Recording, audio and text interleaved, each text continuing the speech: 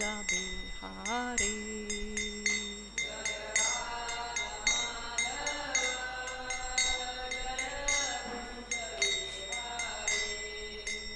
Jaya Gopi Jana Vallabha, Jaya Girivaradari, Jaya Girivaradari.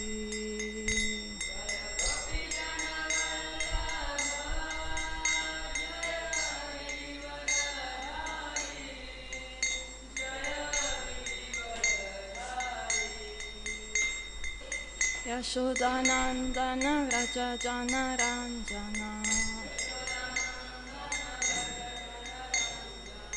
Yamuna Tira Vanachari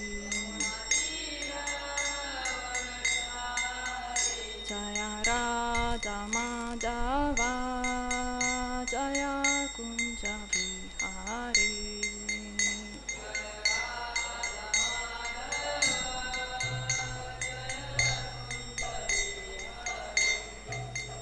Hare Krishna, Krishna Krishna, Hare Hare, Hare Rama, Hare Rama, Rama Rama, Hare Hare.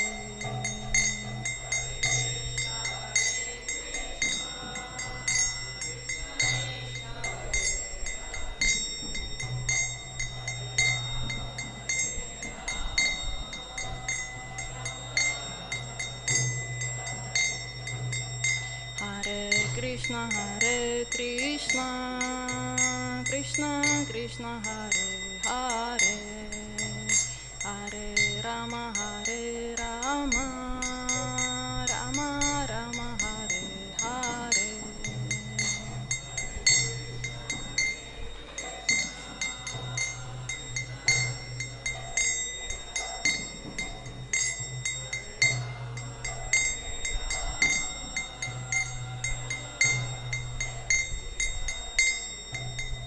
Hare Krishna, Krishna Krishna, Hare Hare, Hare Rama, Rama Rama, Hare Hare.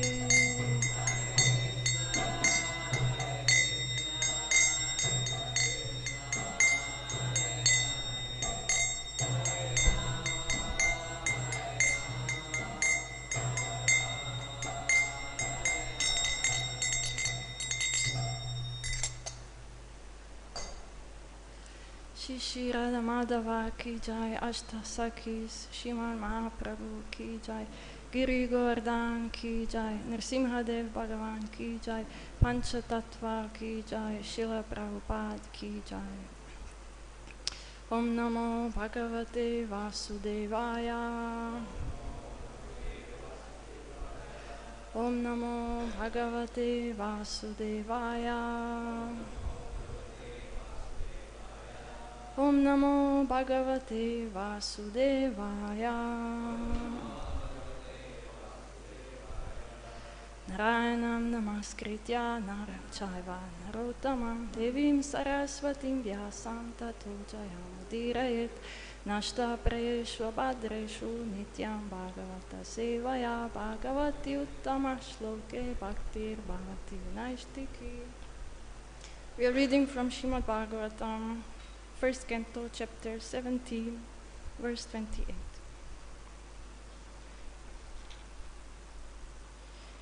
Iti dharmam mahīm caiva sāntvayitvā mahā-rathaḥ niśātam ādade khaḍgam kalaye dharma-hetave iti dharmam mahīm caiva sāntvayitvā mahā-rathaḥ niśātam ādade khaḍgam kalaye dharma-hetave Iti dharmam mahīm caiva sāntvayitvā mahā-rathaḥ niśātam ādade khaḍgam kalaye dharma-hetave.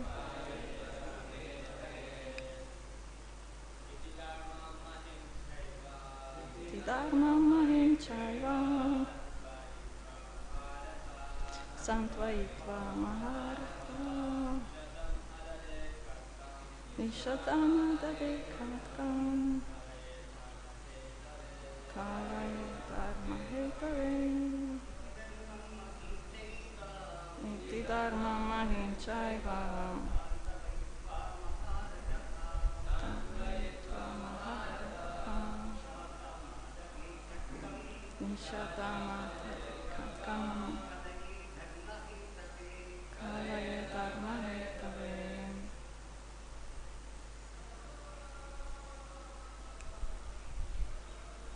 Matajis. Iti dharmam mahīm caiva sāntvayitvā mahā-rathaḥ niśātam ādade khaḍgam kalaye dharma-hetave. Okay. Word. Iti dharmam mahīm caiva sāntvayitvā mahā-rathaḥ niśātam ādade khaḍgam kalaye dharma-hetave. Iti thus dharmam, the personality of religion, mahīm, the earth, cha, also, eva, as, sāntvayitvā, after pacifying, mahā-rathaḥ, the general who could fight alone with thousands of enemies. Niśātam, sharp, ādade, took up, khaḍgam, sword, kalaye, to kill the personified kali, adharma, irreligion, hetave, the root cause. Translation and purport by His Divine Grace A.C. Bhaktivedanta Swami Srila Prabhupada. Mahārāja Parīkṣit, who could fight 1,000 enemies single-handedly, thus pacified the personality of religion and the earth. Then he took up his sharp sword to kill the personality of Kali, who is the cause of all irreligion. And purport. As described above, the personality of Kali is he who deliberately commits all kinds of sinful acts which are forbidden in the revealed scriptures. This age of Kali will certainly be full of all activities of Kali, but this does not mean that the leaders of society, the executive heads, the learned and intelligent men, or above all the devotees of the Lord, should sit down tightly and become callous to the reactions of the age of Kali. In the rainy season, certainly there will be profuse rainfalls, but that does not mean that men should not take means to protect themselves from the rains. It is the duty of the executive heads of state and others to take all necessary actions against the activities of Kali or the persons influenced by the age of Kali.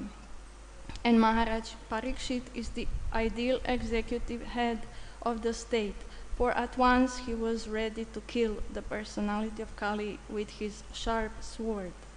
The administrators should not simply pass resolutions for anti-corruptional steps, but they must be ready with sharp swords to kill the persons creating corruptions from the angle of vision of the recognized Shastras. The administrators cannot prevent corrupt activities by allowing wine shops.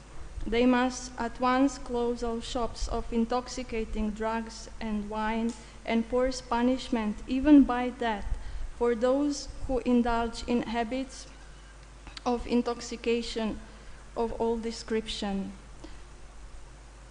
That is the way of stopping the activities of Kali as exhibited herein by Mahārāja Parīkṣit, the mahā-ratha. Om Jnana Timirandasya Jnananjana Shalakaya Chakshurun Militam Yena Tasmai Shri Gurave Namaha.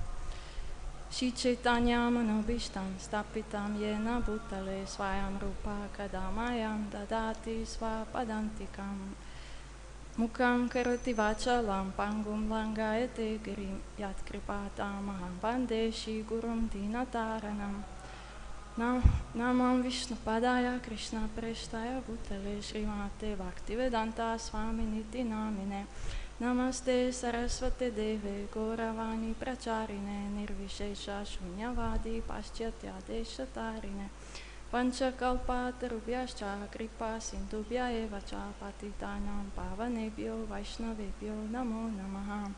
He Krishna Karuna Sindhu Dina Bandhu Jagatpate Gopesha Gopika Kanta Radha Kanta Namostute Tapta Kanchana Gorangi Radhe Vrindavaneshwari Rishabhanu Sute Devi Pranamami Hari Priye Namo Mahavadanyaya Krishna Prema Pradayate Krishnaya Krishna Chaitanya Namne Gora Tvishe Namaha.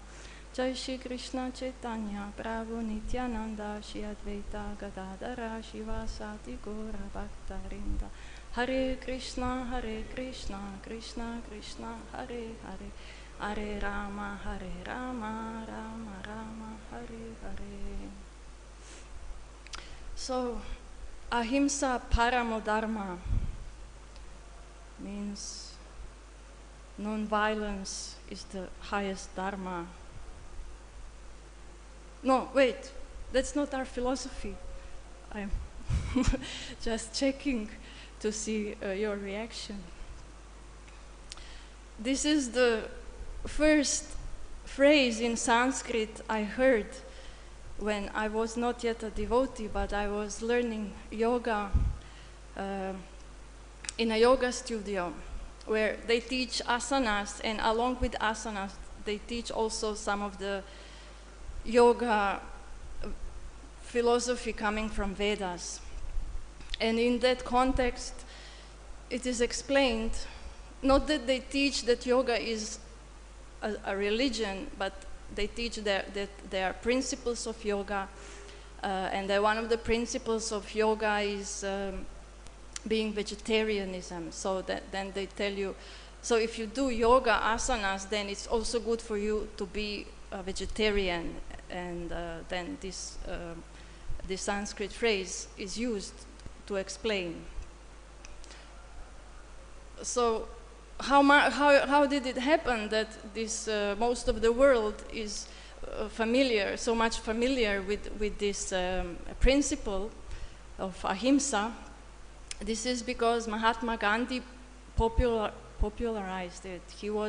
We all know, he adopted this approach that he was fighting for liberation of India from the British rule not by engaging in physical conflict, but rather through what he considered was peaceful protest. So he would do a fasting. He would say, until I achieve my goals, I would fast. And then the whole India, the whole world would watch how his body would emaciate from severe fasts he would put himself in. And this was his understanding of dharma. So we can ask also, how is it that this was his understanding of dharma when in Bhagavad Gita which is popular all over the world, that he was reading Bhagavad Gita every day. And in Bhagavad Gita, we hear that Arjuna didn't want to fight. He was already giving up. He put his bow down. He didn't want to fight against his cousins and teachers. And then Krishna, who was there with him, who was his chariot driver, then he told him, no, you should fight. This is dharma for you. Mama nusmara yudhyacha. You remember me and you also fight. And then Arjuna was persuaded by Krishna, and he engaged in fighting at Kurukshetra war. So how Gandhi understood Bhagavad Gita and the Shastra, Vedic scriptures, was that they are symbolical, and he was understanding that Kurukshetra never happened, that the whole battle is a symbolical battle between the senses and the objects of the senses, so that the battle is happening internally. It did not happen actually on the battlefield. There were no real warriors, no real kings, no real people died, but everything is just a literary work. And that was his conclusion, that this is what Dharma is teaching, what the Shastras are teaching about Dharma. So, when you look at the Veda base, the first letter under the section of correspondence of Srila Prabhupada's letter, the first letter you will find is his letter to Mahatma Gandhi, which he wrote in 12th of July, 1947. This is a famous letter, and we know this year is also very significant because it was the year that India gained independence. So what is the date when India celebrates its Independence Day? You must know. Yeah, 15th of August. Yeah. So this letter Srila Prabhupada wrote about 1 month before India declared independence. So it's a long letter. I will just read a few sections. So first of all, he addresses him, dear friend Mahatmaji. We all know that Srila Prabhupada, he was a follower of Mahatma Gandhi. When he was a student at the British Scottish College in Calcutta, he refused to accept his college diploma because at that time Gandhi was advising the Indian youth, especially Indian educated youth, to reject British institutions. So that is the reason why Srila Prabhupada he refused to accept his college diploma. Then what happened is that on the occasion when Srila Prabhupada met Bhaktisiddhanta Saraswati, his guru, he immediately told him, Bhaktisiddhanta Saraswati immediately told him, Srila Prabhupada was there with his friends from school, from college, and he immediately got instruction, you are young, educated Indian men, boys, and you speak English very well, so you should go to the West and preach the message of Lord Chaitanya. And Prabhupada was puzzled, and he replied, how can we preach the message of Lord Chaitanya, this is part of our religion, when we are subjugated by the British. So first, in order to preach any scripture, any religion from India, we must first free ourselves from British rule. And then Bhaktisiddhanta Saraswati told him, no, the message of Lord Chaitanya is transcendental to any material considerations, and it will spread, and it doesn't matter who is ruling, who is not ruling India. This nothing can stop. It is not bound by any material considerations. So that was their first exchange. This happened, I wrote down, in 1922. And then in 1933, Srila Prabhupada became initiated. So he's writing this letter in 47. He says to Mahatma Gandhi, I am your very, very old friend. So this is already mystical. How are they very old friends? Maybe some people say maybe they knew each other from previous lives. So he tells him, I tell you as a sincere friend that you must immediately retire from active politics if you do not desire to die an inglorious death. So this did actually happen, that he was assassinated only half a year after this letter was written. He also says, you should therefore take a note of warning from your insignificant friend like me, that unless you retire timely from politics and engage yourself 100% in the preaching work of Bhagavad Gita, which is the real function of the Mahatmas, you shall have to meet with such inglorious deaths as Mussolini, Hitler's, Todjo's, Churchill's, or Lloyd George's met with. So I had to check some of the names. I didn't know, actually. And what is significant here, that Mussolini, Hitler, and Todjo's, they were military leaders of the Axis powers, which lost the war, the Second World War. And then Churchill and Lloyd George, they were prime ministers of Britain. So actually, they were on the side they were in the side of the countries which won the war. So what here Srila Prabhupada is obviously saying, that it doesn't matter which side you are on. It doesn't matter if you're on the side of winning the war or losing. And then he explains that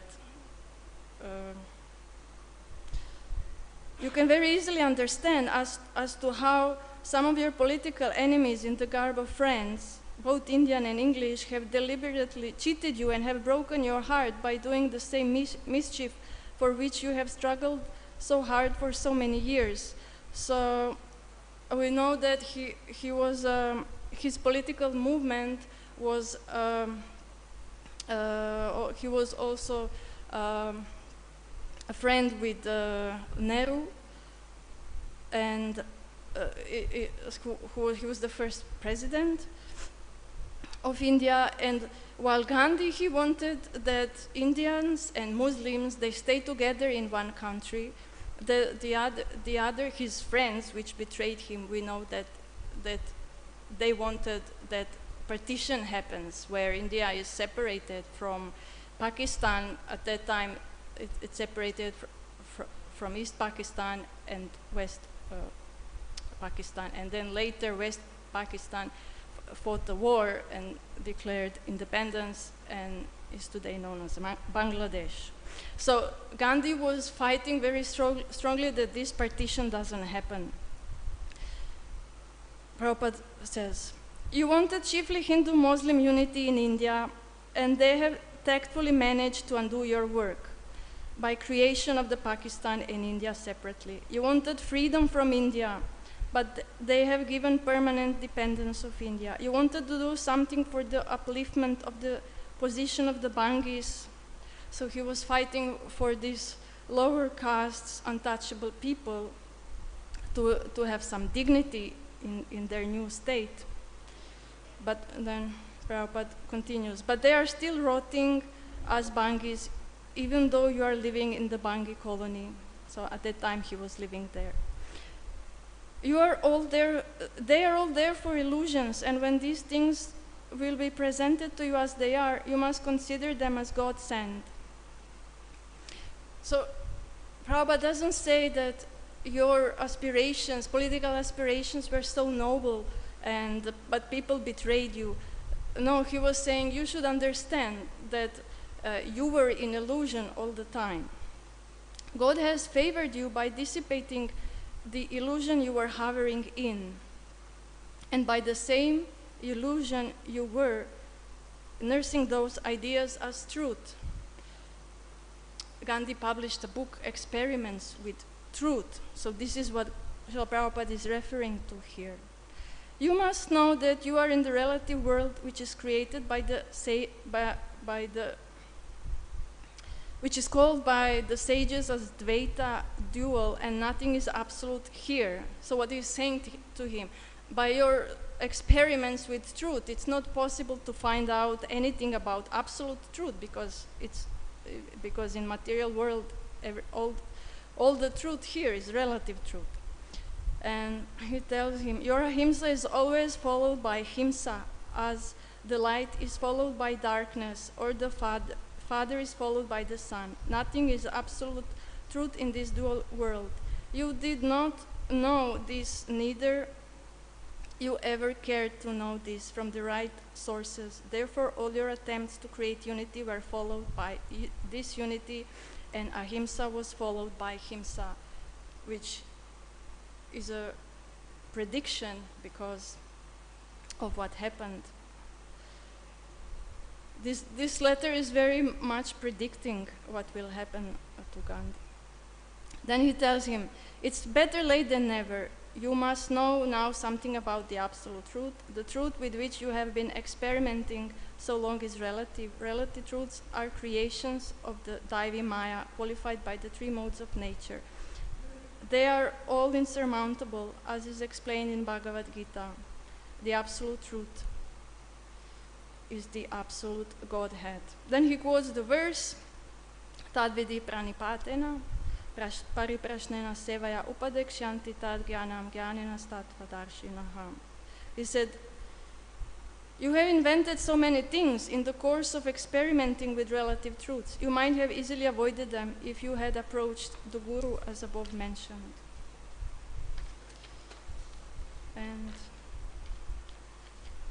if you really want to approach the absolute truth and want to do some real good to the people in general all over the world, which shall include your ideas of unity, peace, and non-violence, then you must give up the rotten politics immediately and rise up for the preaching work of the philosophy and religion of Bhagavad Gita without offering unnecessary and dogmatic interpretations on them.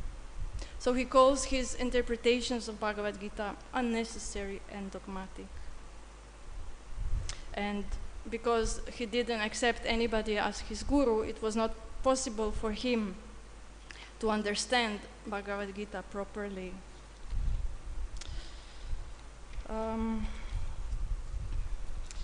So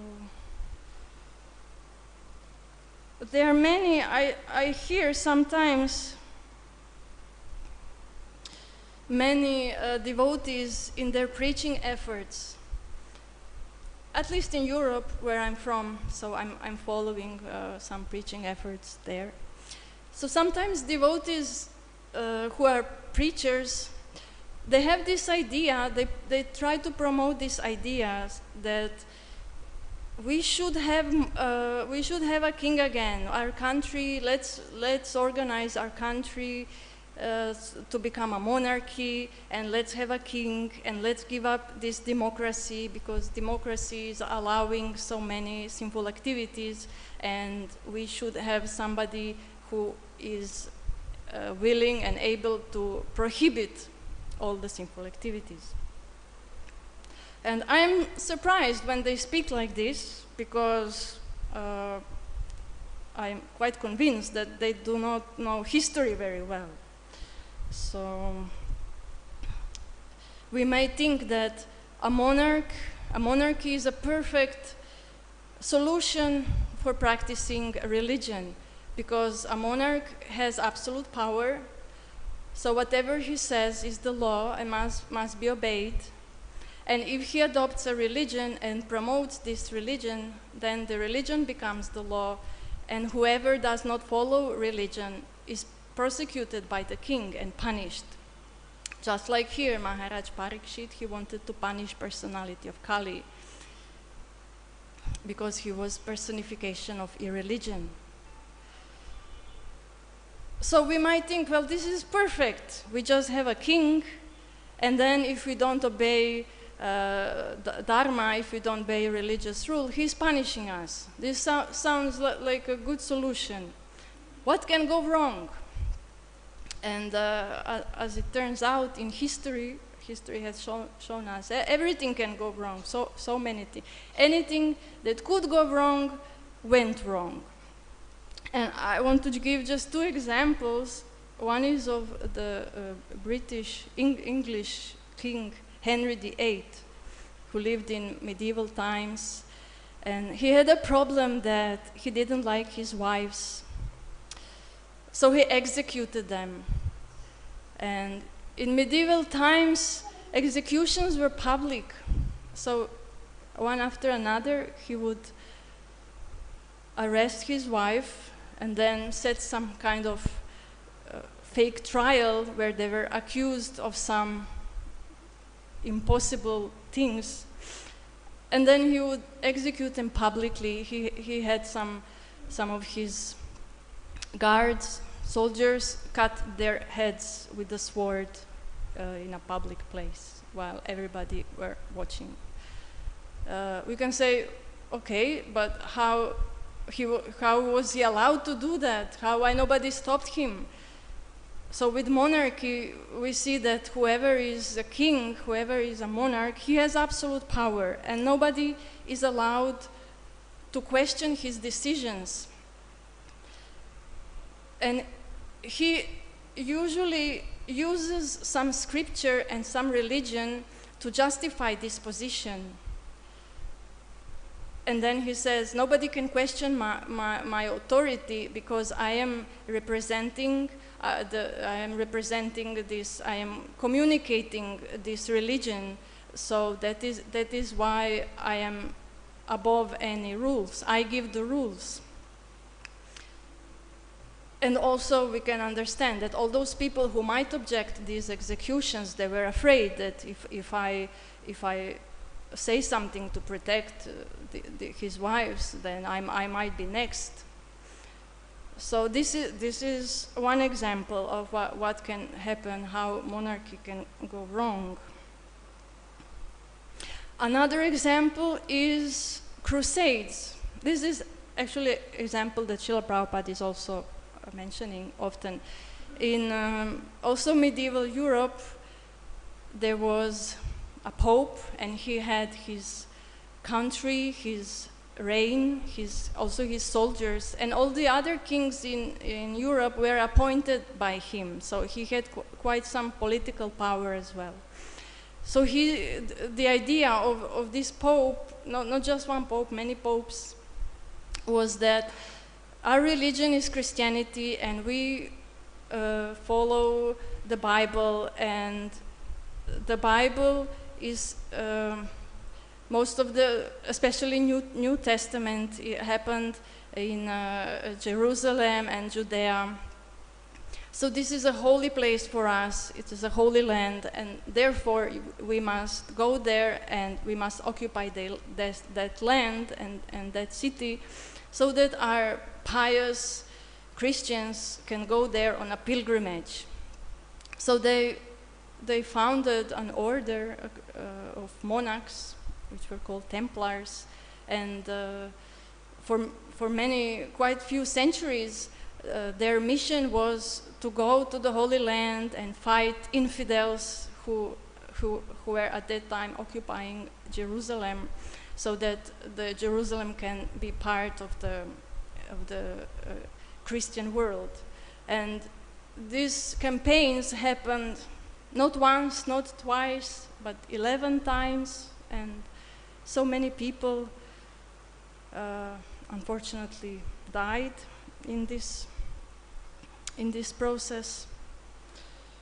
So this is how monarchies work, and the whole history is then that this kind of rule was abandoned. So now most of the world, they have most of the countries today, they choose nobody can have absolute power. Not one person should have absolute power, and there should be constitution and what they say, the rule of law.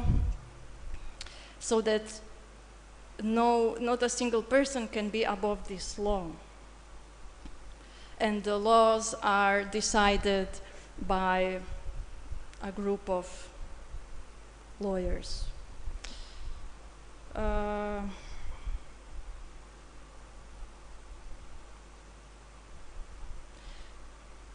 So what is dharma? In this verse we have dharma, word dharma, and adharma.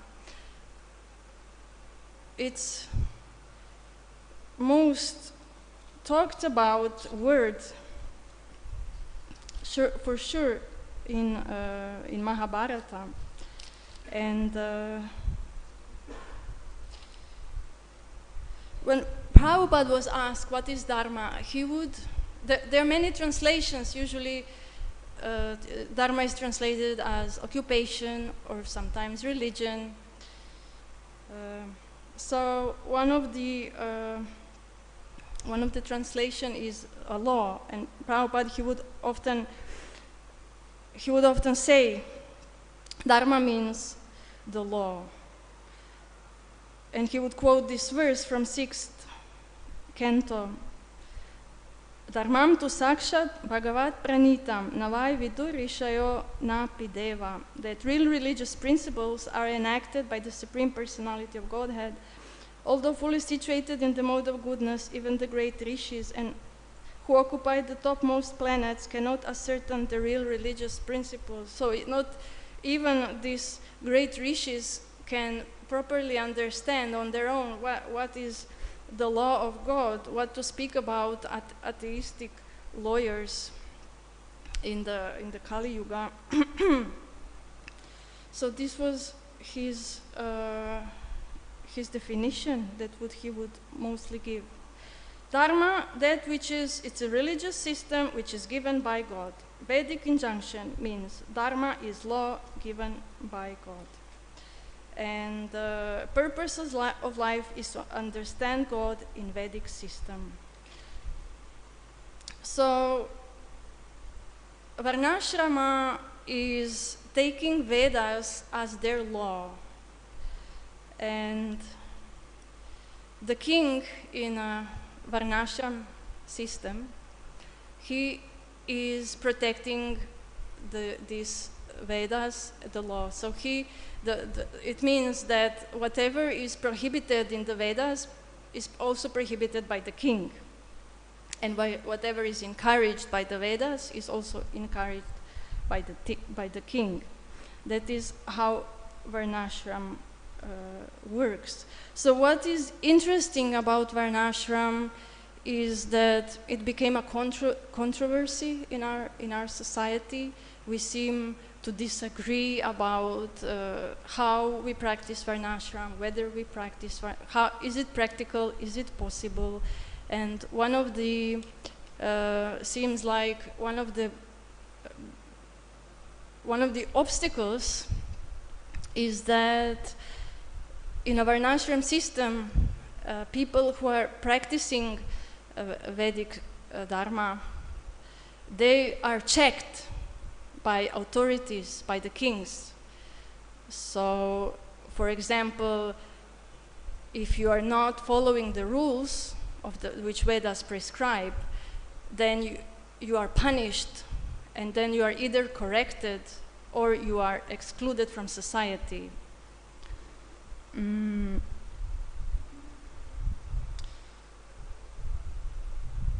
Yeah. So we know that there are 4 varnas and 4 ashramas, and that this is dividing, the 4 varnas are dividing people according to their qualities and according to their nature. We usually think it is division by the job, by activity, but the principle is that the activity or the job or how somebody earns his livelihood is determined by the qualities he has. So in the understanding of when we hear this about this division, Brahma, Kshatriya, Vaishya, Shudra. We think, oh, okay, so this is some kind of hierarchy, and we want to be as high as possible in this hierarchy. So then we may think, oh, I'm either Brahman or Kshatriya, something like that. And definitely not Shudra, and what to speak about being outside of varnashrama, that my activities or qualities are such that I am excluded from even being part of this Vedic society. And I want to read also how Krishna tells Uddhava in Uddhava Gita in the 11th canto, 17th chapter. He tells him, just like he tells him in Bhagavad Gita, he tells him here what are the qualities and activities of different varnas. And here he tells him also what are the activities of people who are outside, who are outside of varnashrama, or who are the lowest people in a human society. So he lists these qualities, or should we say non-qualities. Ashocham anritam steyam nastikyam shushka vigraha kama krodascha tarshascha sabhavo antyavasainam. Dirtiness, dishonesty, thievery, faithlessness, useless quarrel, lust, anger, and hankering constitute the nature of those in the lowest position outside of varnashram system. So the Sanskrit, it doesn't actually say outside of varnashram system, it says antya avasainam, those who are in the lowest position in society. But because he lists, before this verse, he lists what are the qualities of Brahmanas, Kshatriyas, Vaishyas, and Shudras, then it is understood that people with these qualities, they are outside of varnashram system.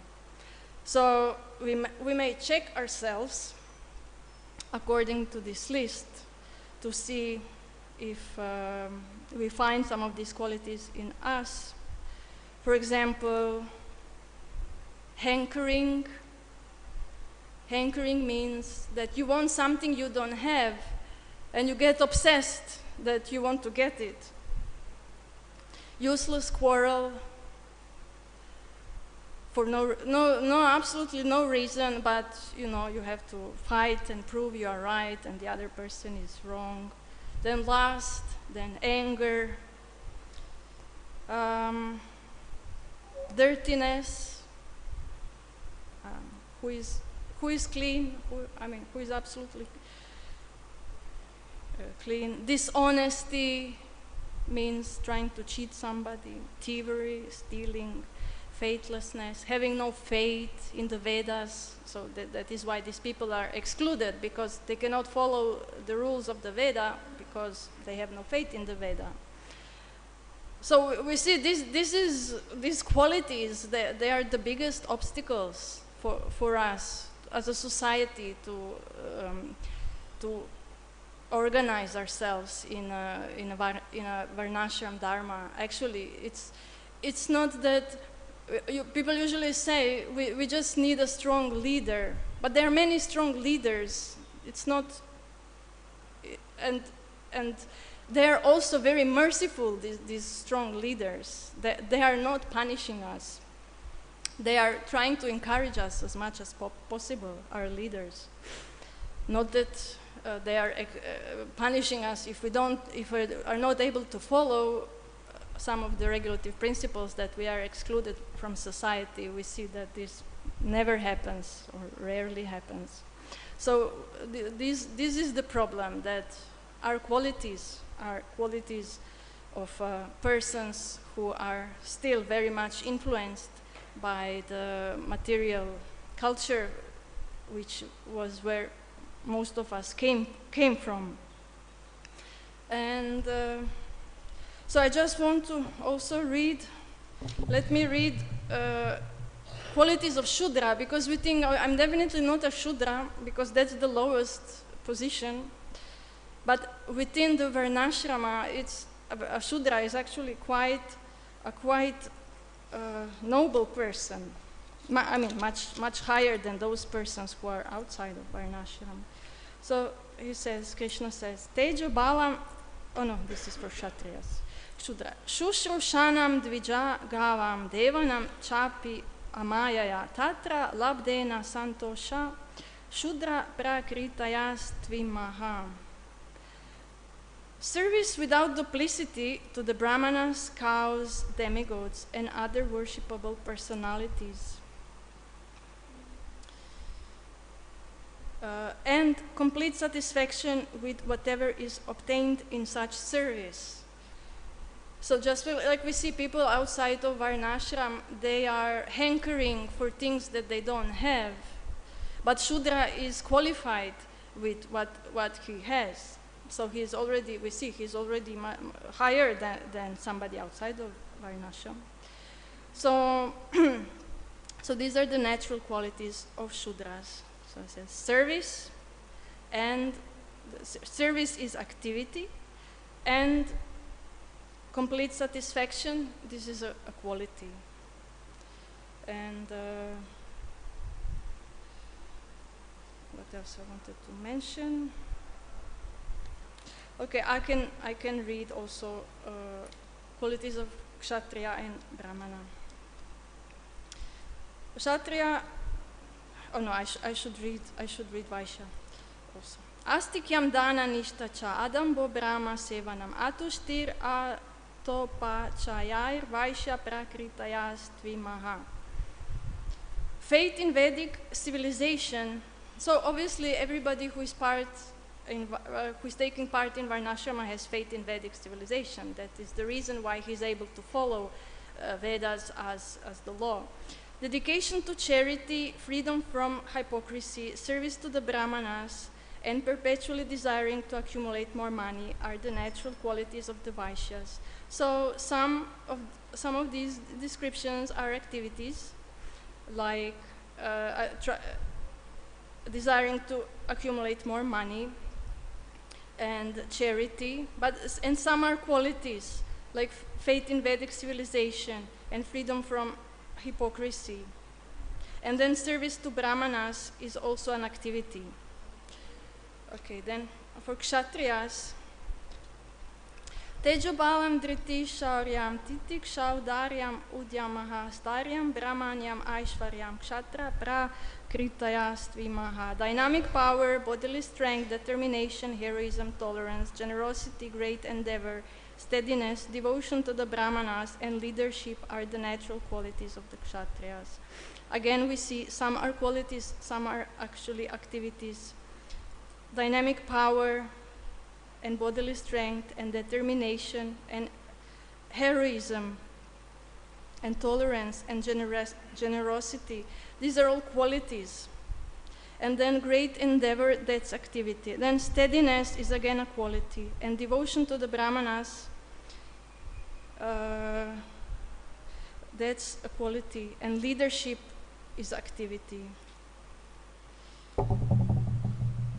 And then for brahmanas, Shamo damas tapashocham santosha kshantirarjavam mad bhaktischa dayasatyam brahma prakritayastvi mahā. Peacefulness, self-control, austerity, cleanliness, satisfaction, tolerance, simple straightforwardness, devotion to me, mercy, and truthfulness are the natural qualities of the brahmanas. So in case of the brahmanas, we have only qualities. It's not mentioned here doing arati. It's not mentioned doing puja. It's not mentioned any activity. It's not even mentioned reading Vedas. Yeah, that's interesting. It's all, what is mentioned is just qualities and how they treat other people. So we see here that in order for our society to establish Varnashram Dharma, just like Prabhupada wanted, that until the majority of devotees are able to practice these qualities, which are qualities of of their personalities, should be qualities of their personalities. And at the same time, they're also able to give up all those qualities that are characterized by majority of people in the material culture. So until we are able to achieve these qualities as a society, we cannot practically establish Varnashram Dharma, because if we had a leader who would punish us whenever we would break the laws of the Vedas, who would be here? I mean, our gurus, our spiritual masters, they are very much aware of this. And until then, we have this situation where there are some people who are very qualified, very advanced, and they want to practice Vedic rules and regulations strictly, and then they are bothered by many devotees who are not able to practice so strictly. They want to be they want to be separated from people who cannot follow strictly our rules and regulations. And then there are people who are new to Krishna consciousness, and maybe they don't understand philosophy very well, and they are very much attached, and maybe their motivations are not so much to follow the Vedas as much as to have a nice community and a nice group of people that they call friends. And then they don't like to be judged also. They don't like to be always reminded that, Prabhu, you are not doing this correctly, and you know, you should do better, and you should follow this, and don't do that, it's sinful according to Vedas. And so this is our situation in our society.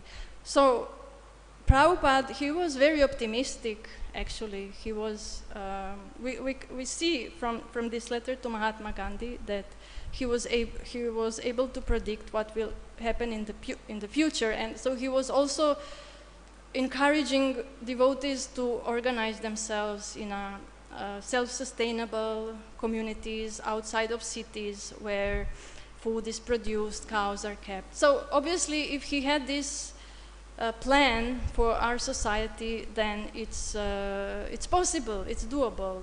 Just the question is that it will take some time for us to be able to come up to such high standard and not be bothered with the obvious austerities that come with such way of life as living in a village.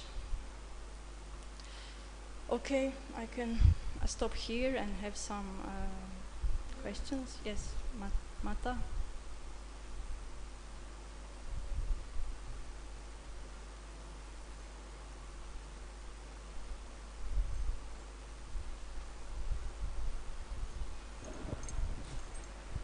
Thank you for so many analyses of the political situation of the world and India as well.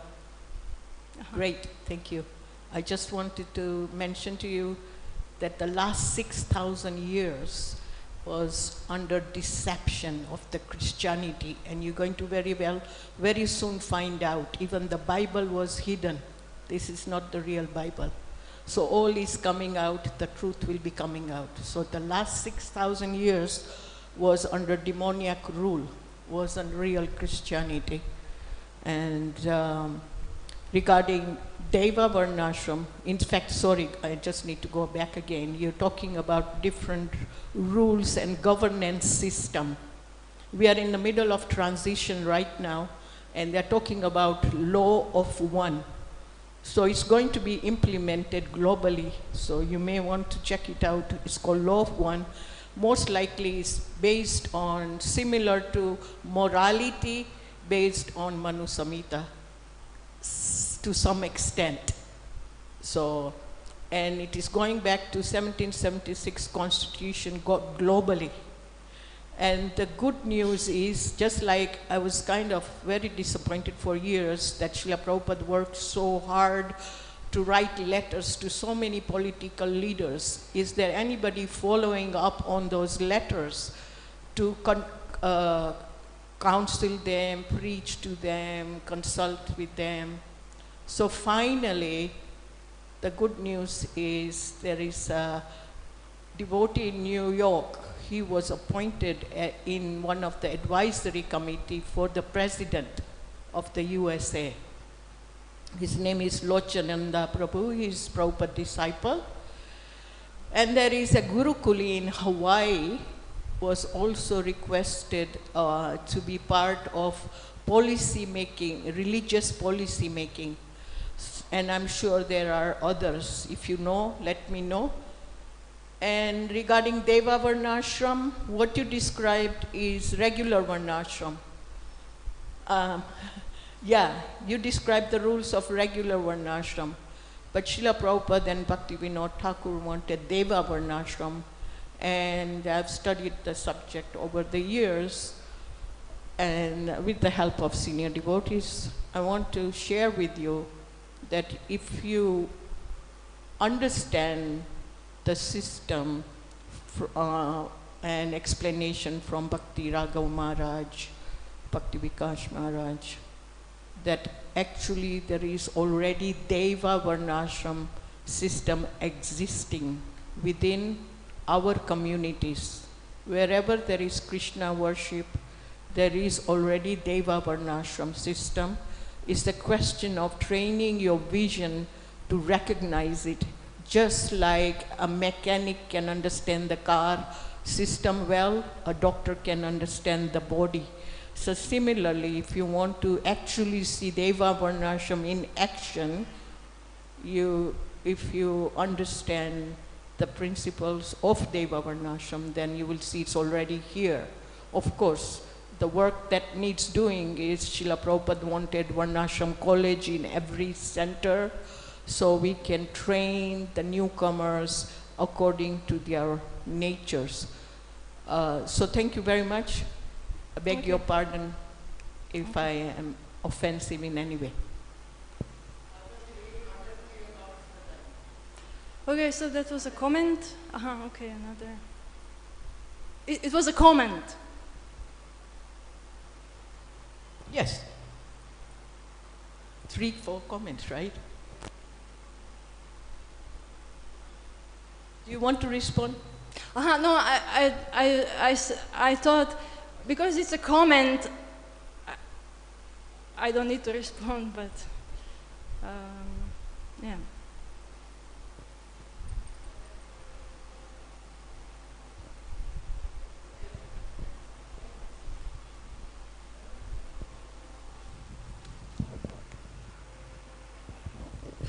Hare Krishna Mataji. Hare Krishna. Very nice of class today for regarding the dharmas and other the varnashrama dharmas. Actually, Mataji, you are referring several times regarding the Mahatma Gandhi. So actually, yada charati sreshah tatta devetaro janaha. But when the elderly people, see what it was one of the slokams in Bhagavad Gita, the elder people, how they implement and everything, people also will follow in the same rules. But Mahatma Gandhi is not a devotee. Yeah. Is only simply by fortunately just we got the independence through his qualities. But you know, he is not the right person to be as a Krishna conscious person. Yeah. So we will not take example of Mahatma Gandhi in that case. Then how we call him, and many number of times we are quoting Mahatma Gandhi's name that he is the person, like that. You know, somehow I feel a little bit hurt about my feelings about Mahatma Gandhi's qualities and all. So yeah, here, as I understand, he's a father of the nation. I know when I go to embassy in my country, Indian embassy, that there are pictures of Mahatma Gandhi everywhere. So I understand he's like a national hero. Yeah?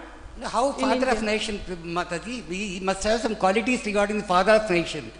So he must have some qualifications, you know. So Lord Krishna is our father, Prabhupada is our father, And so many Maharajas, they are also sacrificing their lives for bringing up the Krishna consciousness and to implement the Varnashrama dharmas, what the Mataji has just now quoted.